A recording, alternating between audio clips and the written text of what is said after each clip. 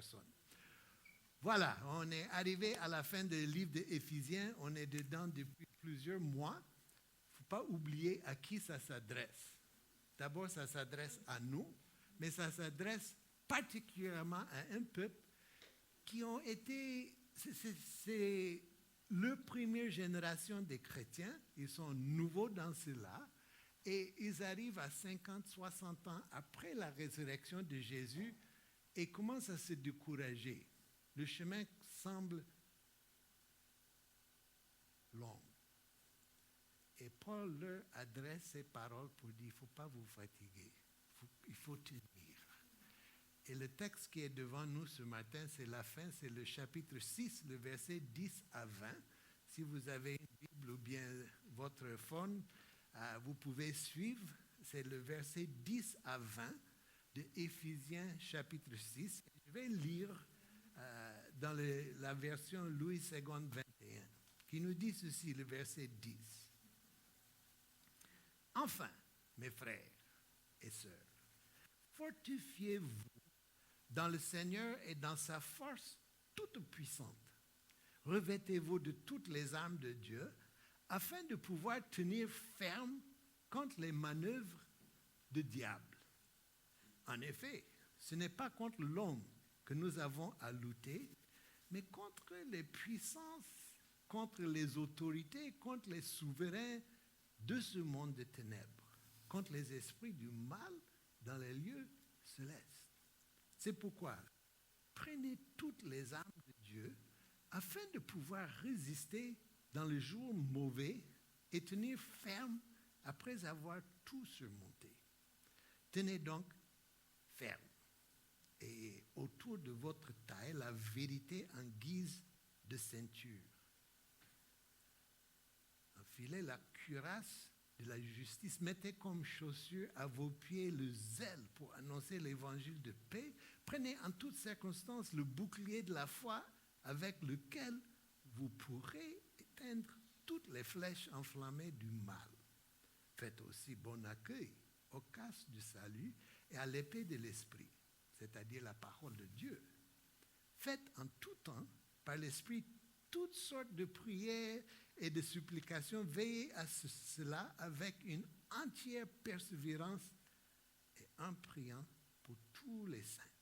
Priez pour moi afin que, lorsque j'ouvre ma bouche, la parole me soit donnée pour faire connaître avec assurance le mystère de l'Évangile. C'est pour lui que je suis ambassadeur dans les chaînes. Priez que j'en parle avec assurance comme je dois le faire. Parole du Seigneur. Peut-être vous entendez ces paroles, lui dire, ça là c'est lourd. On a affaire à des principautés, des autorités. Comment on va faire? Bon. Il y a quelques années de cela, nous tous, on est tombés dans quelque chose qu'on ne connaissait pas auparavant. On est tombé dans une pandémie, Covid-19.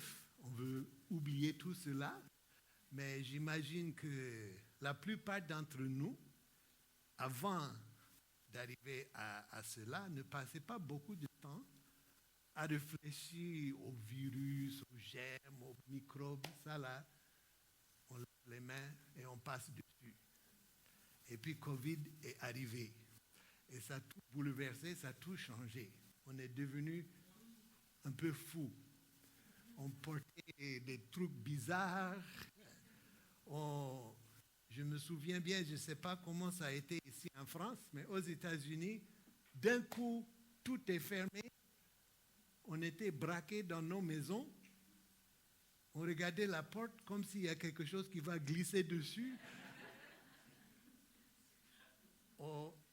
Ça a tout changé.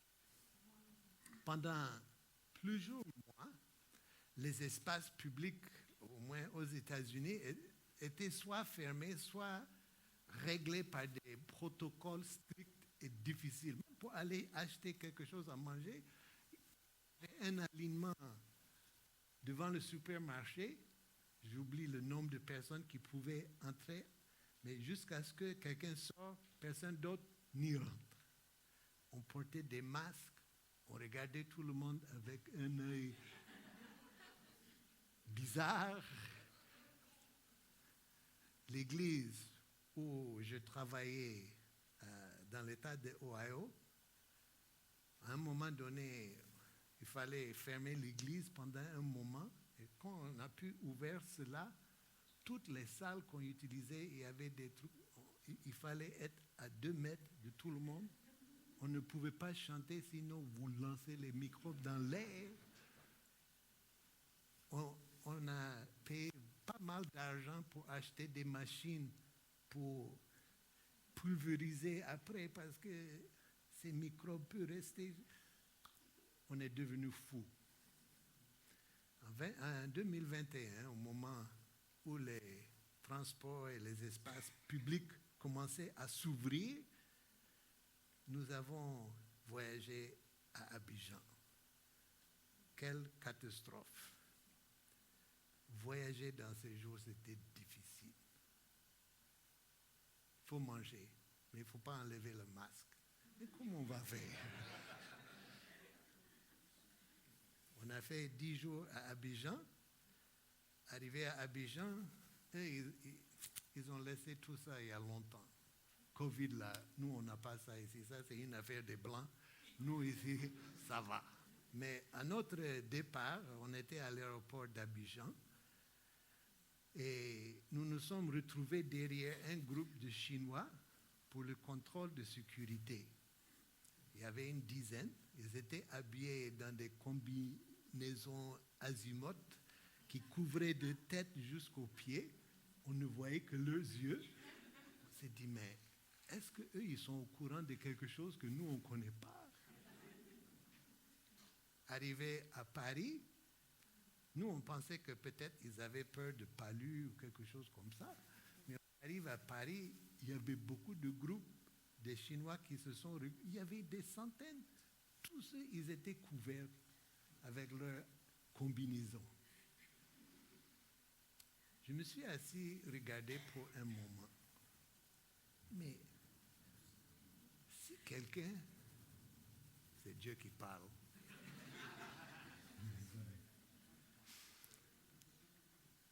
mais si quelqu'un entre à l'aéroport, assis, il ne savait pas qu'il y avait COVID-19 et il regardait ce qui se passe, ils allaient avoir la conclusion qu'on est devenu fou. On a peur de quoi? On ne voyait rien. Bon. Avant Covid, on vivait avec les microbes sans trop y penser, mais ça a changé les données. Pour vous qui n'avez pas encore passé un cours de biologie, ces microbes, on ne les voit pas. Mais ils sont partout. Ils sont dans l'eau, ils sont dans l'air, ils sont dans ton voisin, ils sont partout. Mais on ne se rend pas compte. Et quand nos corps sont physiquement affaiblis, c'est là que ces microbes peuvent nous avoir. Bon, vous me direz, Pasteur Joël, on n'est pas venu ici ce matin pour une leçon de biologie et vous avez raison. Mais je vous prie de garder cette image de notre lutte contre nos adversaires dans le domaine physique en pensant à notre lutte contre notre adversaire spirituel. Et le texte ici nous dit qu'on a un adversaire. On a un ennemi de nos âmes, le diable. Il s'appelle Satan. Mais d'où vient-il? Au début, Satan, la Bible nous dit, était un archange créé par Dieu lui-même. À un moment donné, Satan a choisi de se rebeller contre Dieu. Il voulait renverser Dieu et prendre sa place. Dieu l'a condamné et l'a chassé du ciel avec tous les anges qui étaient avec lui. Et il ne pouvait rien contre Dieu. Donc, il s'est tourné vers ce que Dieu aime. C'est nous-mêmes. À cause de la haine que Satan a pour Dieu, il fait tout pour détruire nous les hommes et les femmes que Dieu a créés. C'est ça la bataille. Satan est esprit. Il travaille dans le domaine des esprits. Avant de voir pour quelques moments, mais qui est cet adversaire, il faut dire ce qui ne l'est pas. Satan, comme j'ai dit, c'était un archange, il est esprit, mais il n'est pas omniprésent. Il n'est pas comme Dieu. Il est présent, mais il n'est pas omniprésent. Ça veut dire que la Bible dit que Dieu est omniprésent partout où tu vas, il est là. Si tu vas sur la lune, si tu vas de l'extrémité de l'univers, il t'a dévancé, il est déjà là. Psaume 139 dit, si tu traverses les océans, si tu plonges dans l'eau, il est là. Satan n'est pas omniprésent, mais il a toute une force des démons qui travaillent avec lui, mais lui-même, il n'est pas omniprésent, il n'est pas non plus omniscient.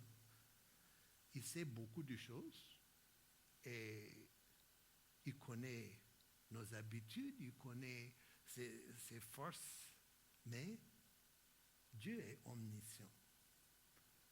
Satan ne peut pas lire ce à quoi tu penses. Dieu peut le faire. Il dit même avant qu'une parole sorte de ta bouche, il le sait déjà. Troisièmement, la Bible est très claire là-dessus. Satan a été vaincu par la mort et la résurrection de Jésus-Christ. Donc, quand on dit que c'est une bataille, la bataille est déjà gagnée. Il n'y a pas de... il n'y a pas de lutte à ce niveau, c'est déjà fait, accompli.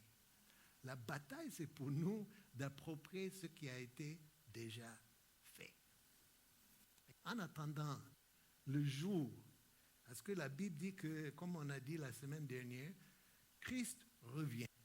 Et à ce moment-là, lui, Satan, il va cesser de chanter.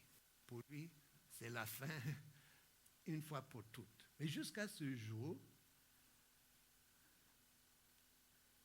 en attendant l'arrivée de Jésus-Christ, en tant que prince de ce monde, Satan continue à œuvrer pour empêcher nous, les hommes et les femmes, de suivre Christ.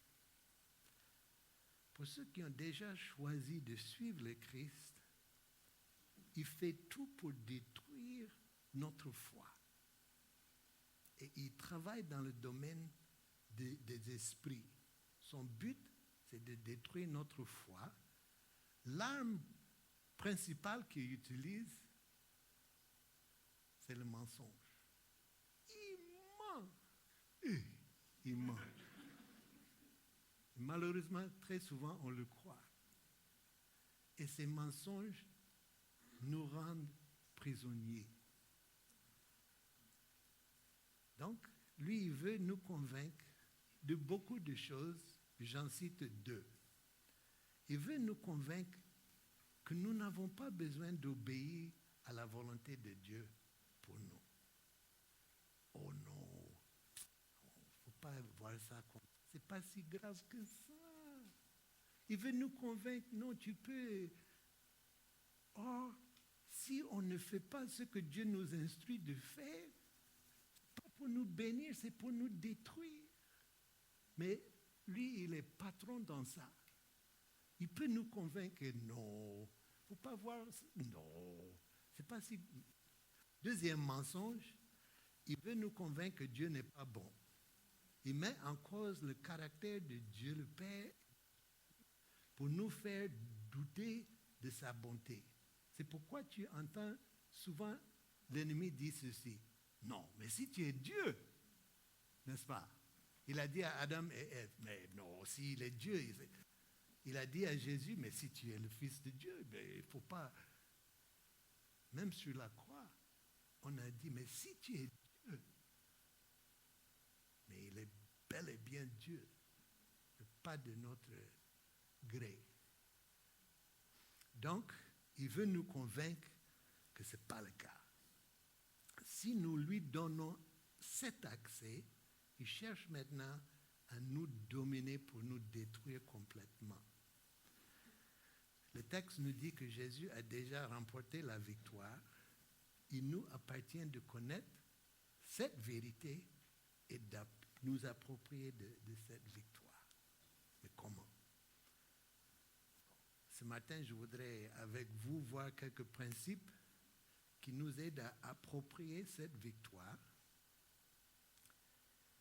Souvent, par rapport à Satan et aux puissances du mal, des chrétiens adoptent une des deux idées opposées et toutes les deux sont fausses. Il y a certains qui minimisent l'importance de cela. Oh, nous on est évolués, on ne croit pas dans tout ça là. Satan, lui, bon, dans les temps anciens, en Asie là-bas peut-être, mais pas ici en France. Vous vous trompez. Il est bel et bien là. Et il cherche à nous détruire. Mais, comme certains ne croient pas en ça, ils ne prennent pas des dispositions nécessaires pour leur protection. Si je reviens sur mes problèmes de microbes, si vous ignorez les microbes, ils peuvent vous faire du mal. Et si vous ignorez cette bataille, ça peut être un problème pour nous. Mais il y a d'autres erreurs aussi. Il y a certains qui voient des démons partout. Ah, je ne voulais pas faire ça, mais c'est un démon qui m'a dit de le faire. Mais dis-lui, non, tu fais pas. Ou bien il pense que derrière cet arbre-là, il y a un démon qui t'attend pour t'attraper. Ils sont là, il faut comprendre, mais j'aime bien ce que C.S. Lewis a dit. Il a dit ceci: au sujet des diables et des démons, les hommes peuvent commettre deux erreurs. Elles sont diamétralement opposées, mais aussi graves l'une que l'autre. L'une consiste à nier leur existence. L'autre, à y croire, mais à leur porter un intérêt excessif et malsain. Les démons eux-mêmes s'estiment heureux de l'une comme de l'autre et acclament avec le même enthousiasme le matérialiste et le magicien. Donc, comment on doit faire alors? Bon, sautons maintenant dans le texte et dans les encouragements de l'apôtre Paul à ses frères et sœurs d'Éphèse. Première chose que nous voyons dans le texte, c'est assez évident, mais Paul dit que Jésus nous a libérés pour qu'on soit libres. Ben, c'est évident, mais ce n'est pas si évident que ça. La liberté, ça doit être notre vie normale. Il nous a libérés pour ça. Notre lutte, Paul dit, n'est pas contre le chair et le sang. Ça ne va pas dire qu'il n'y a pas des gens de chair et de sang qui ne peuvent pas te faire du mal. Mais ils ne sont jamais tes ennemis. Ce sont des êtres humains.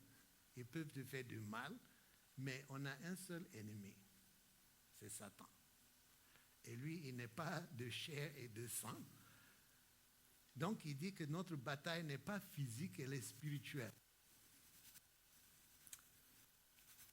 Donc, première chose que Paul nous dit, si on ne se sent pas libre, ou bien on se sent lié, ça veut dire qu'on n'a pas encore compris comment vaincre, comment vivre cette victoire. Parce que c'est pour la liberté qu'il nous a libérés. Donc, comment on marche dans cette liberté? Il nous dit, il faut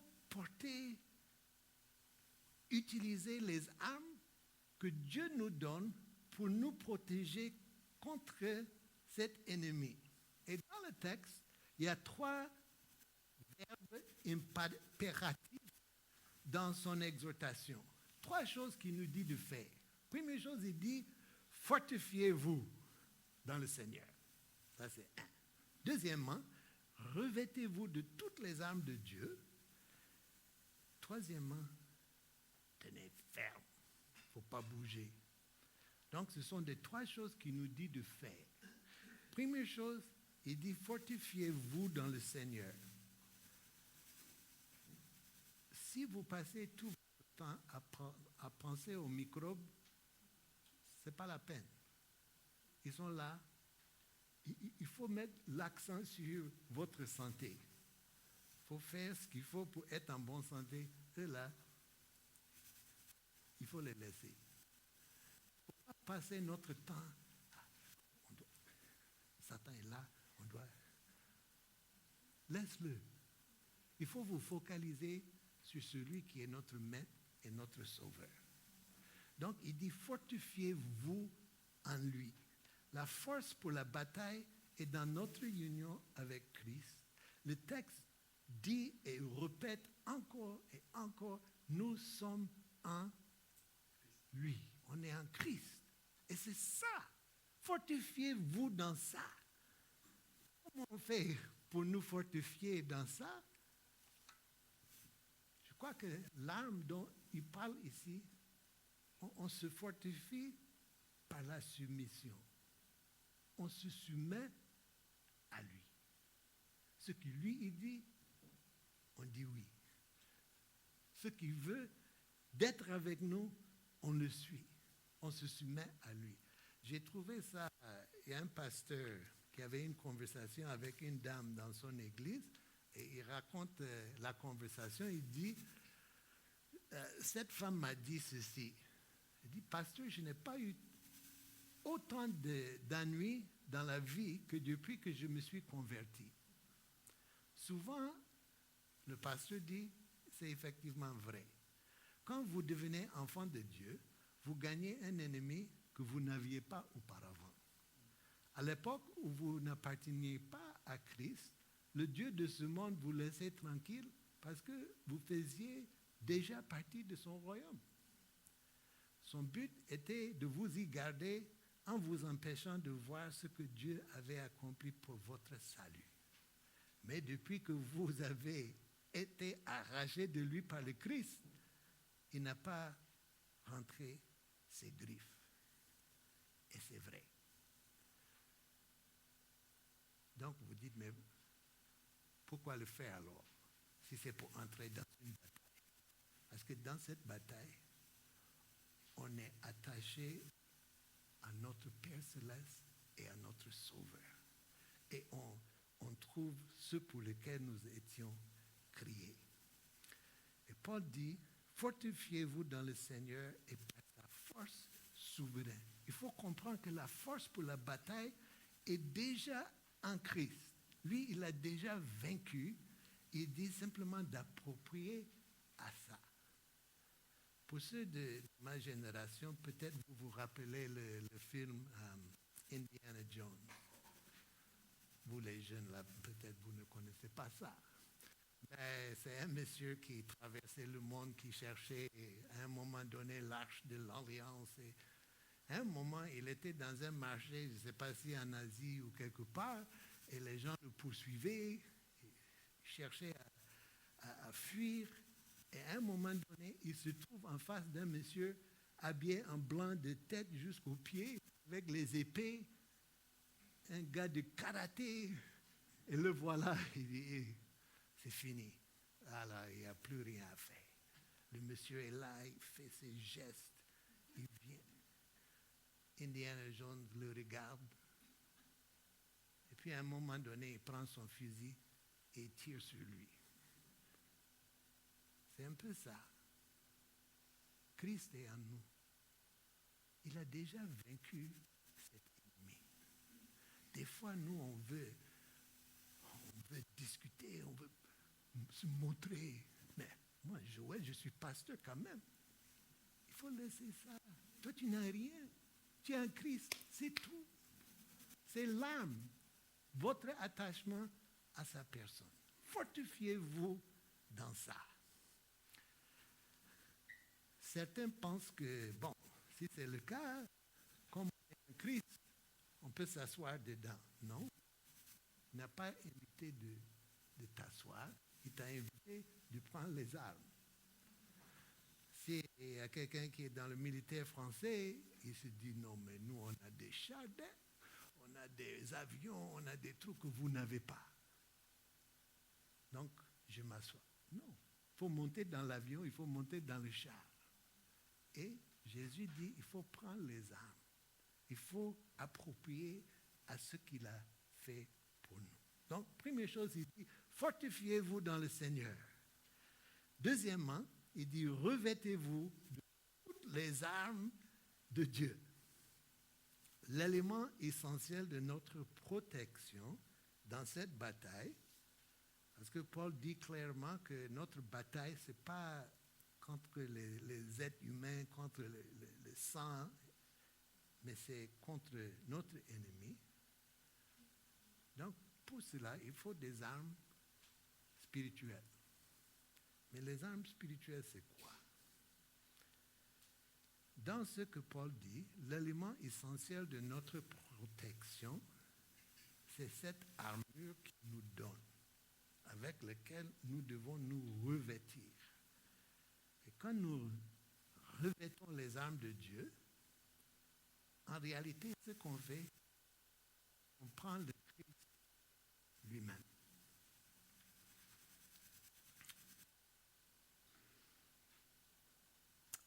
Au début de ce fameux COVID-19, les Américains se sont un peu paniqués. Donc, il y avait deux choses qui ont été en rupture. Les gens, par peur, ils ont acheté. Première chose, papier hygiénique. Je ne sais pas ce que ça fait contre le COVID, mais apparemment, c'était important. Deuxième chose, les gens qui achetaient des pistolets, des armes, c'était 200% plus que d'habitude. Ah, mais tu vas tirer sur un microbe, comment tu vas faire? Mais dans le panique, nous, on prend des armes qu'on connaît. Mais les armes spirituelles, pas ça. Ce n'est pas des armes physiques, c'est pas de la haine, c'est pas de... Mais c'est quoi alors? Bon, il parle de deux types d'armes différents. Il y a les armes pour se défendre et il y a des armes pour attaquer. Pour nous défendre, essentiellement, c'est la vérité. Comment on se défend? On le fait. Notre bataille, ce n'est pas une bataille de puissance. Si vous voulez une bataille de puissance avec Satan, beaucoup de courage. Il est plus puissant que vous. Mais il est déjà vaincu. C'est ça la vérité. Et la bataille, c'est pour la vérité. Donc, première chose, il dit, il faut porter la ceinture de la vérité, ou bien, l'idée, ce n'est pas une ceinture comme celui-là, c'est ce qui tient tout le reste en place. Et ce qui tient tout pour nous spirituellement, c'est la vérité. Il dit, il faut mettre ça bien. Et il parle de quelle vérité? Il parle de l'importance de la justice. Beaucoup des mensonges de l'ennemi sont au sujet de notre justice. Ah, toi, tu n'es pas... Oh, moi, je te connais. Il connaît tout ça là. Mais notre justice qu'on a en Christ, ce n'est pas notre justice, c'est sa justice. Il dit, il faut le porter. Samedi dernier, ma fille Nadia, chez nous, quand on veut se marier, on demande aux parents, puis après ça, le monsieur demande à la fille sa main, et ça a été fait samedi dernier. Nous, on suivait par WhatsApp, et elle a dit oui. Et donc, il y a un mariage qui s'annonce, et hier, elle est partie voir sa sœur à Chicago, et les deux sont partis chercher les robes de mariage. Une fois de plus, surtout sa maman suivait par WhatsApp. Mais les robes jolies. Bon, c'est ma fille, mais quand même, c'est joli. pourquoi on porte ces robes? Parce que c'est un jour de joie. La Bible dit que Jésus nous a donné sa robe de justice. Il nous a couverts de sa justice. On n'a pas payé ça, on n'a pas mérité ça, simplement on a reçu. Il faut le porter. Quand ces attaques viennent, toi tu n'es pas juste. Oui, effectivement, je ne suis pas juste. Mais ce n'est pas ma justice.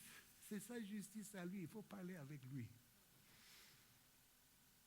Donc, il faut porter. C'est vivre dans ce qui est déjà vrai. Mais il y a la justice acquise, qui est la justice de Jésus qu'on reçoit, mais il y a aussi la justice apprise, qu'on doit apprendre.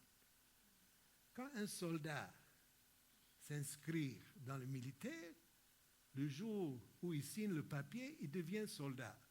Mais il n'est pas encore un bon soldat. Il faut qu'il devienne ce qu'il a signé.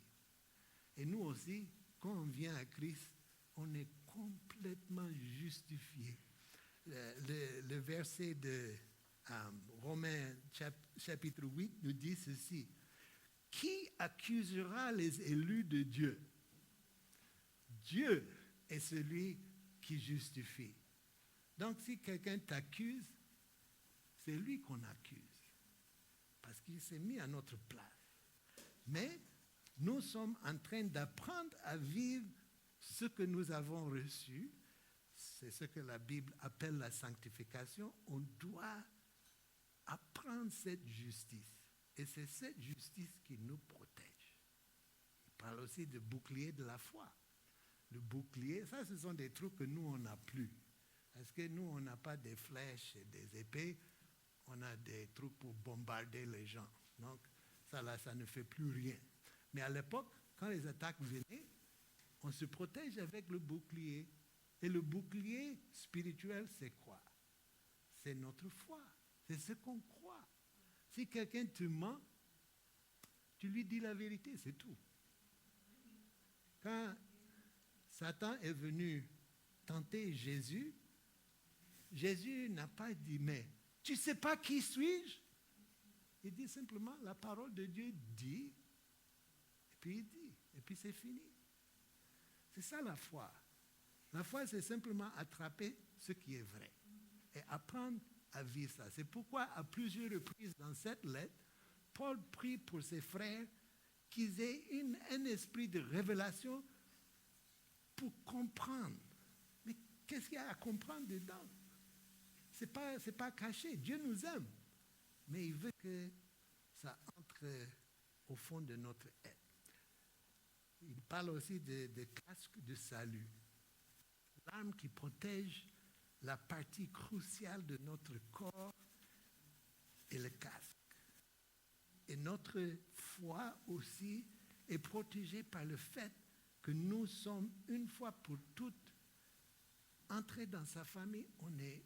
On est sauvés par Jésus-Christ. Et quand Satan vient, un de ses mensonges, c'est par rapport à l'assurance que nous avons de notre identité en lui.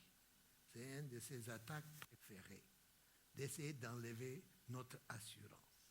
Il dit, il faut porter. Il faut bien comprendre l'idée. Souvent, on pense que, revêtez-vous des armes de Dieu. Donc, demain, j'ai quelque chose. Donc, je me lève le matin, je prends des armes, je mets. Non. On les porte à tout moment. Quand je vais voyager, je sais que physiquement, ça va me prendre quelque chose. Je prends un peu de vitamine C, j'essaie de dormir bien, parce que je sais qu'il y a un... Donc, spirituellement, des fois, il y a des choses qu'on voit venir et on peut prendre un peu plus de temps pour nous fortifier, mais on doit porter ça tous les jours, à tout moment. Parce qu'on ne sait pas quand les flèches vont venir. Ce n'est pas une affaire de mettre ça le matin et puis on enlève le soir pour dormir. Ça, c'est à tout moment. Deuxièmement, il parle de l'arme de l'attaque. La parole de Dieu, il dit que l'épée que nous avons, c'est la parole de Dieu.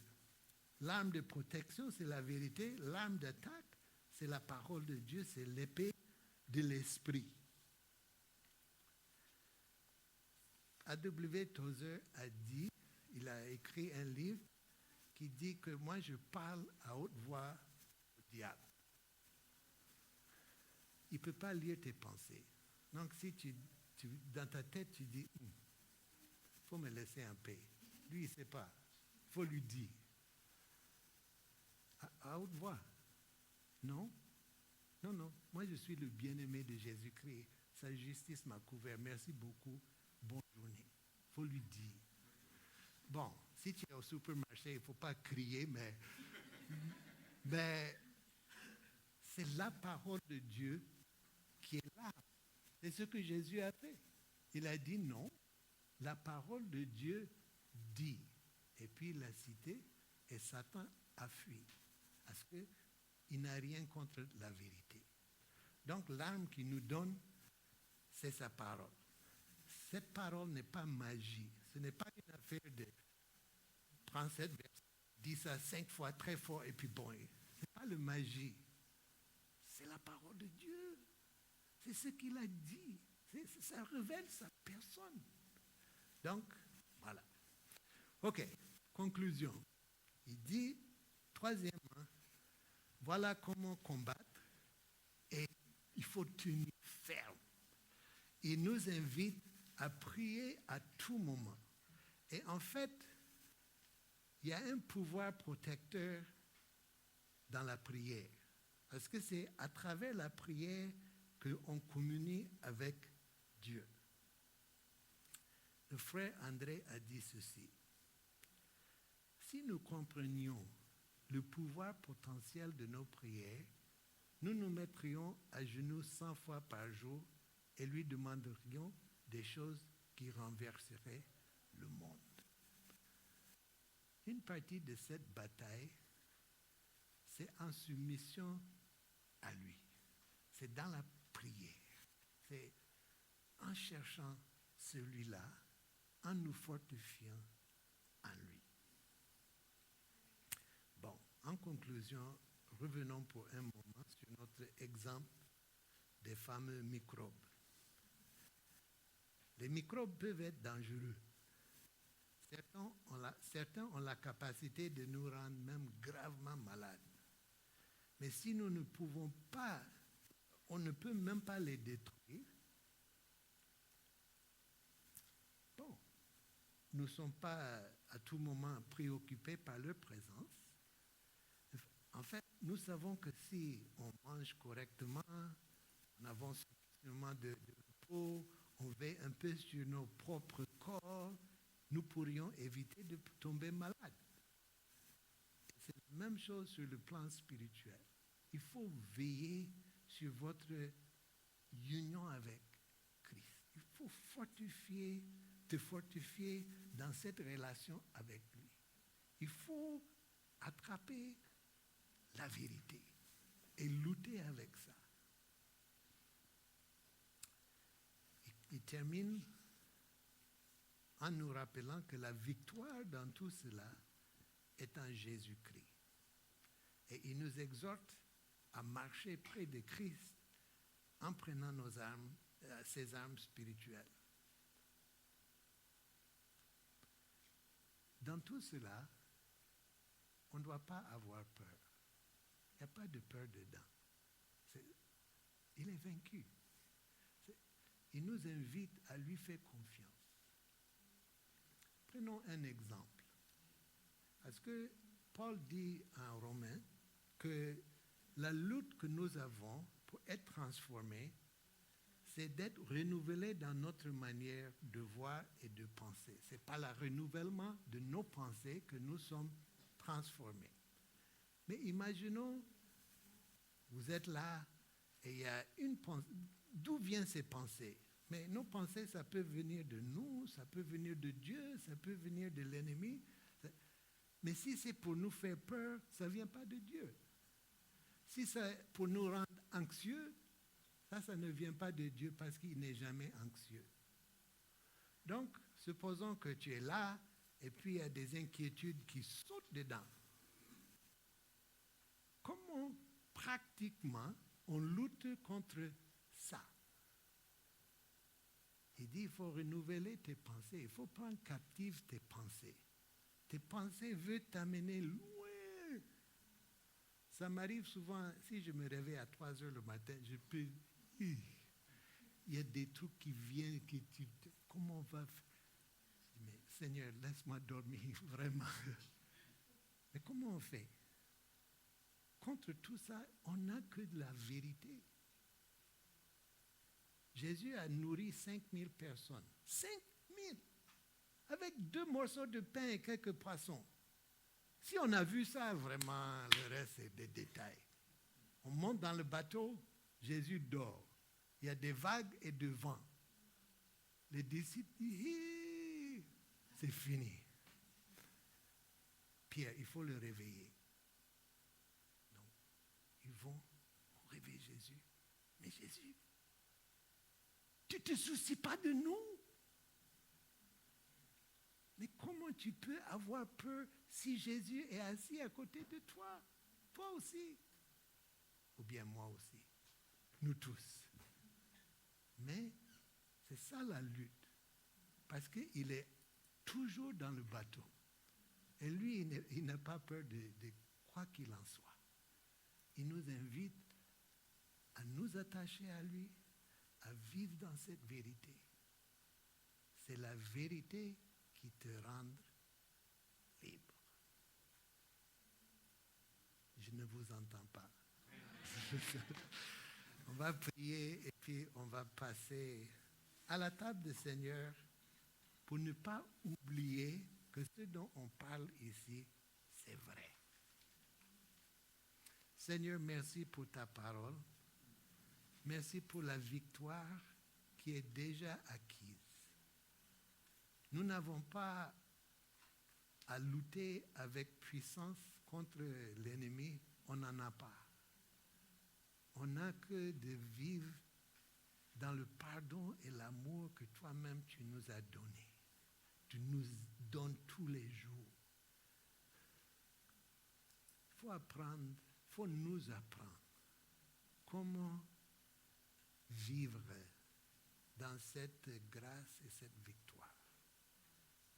Et au moment où nous avons les doutes que, est-ce que c'est vrai? Est-ce que vraiment il m'aime? Que les souvenirs de cette table, de ton sacrifice à notre égard, nous rappellent que nous sommes aimés avec un amour éternel. Que ton nom soit loué.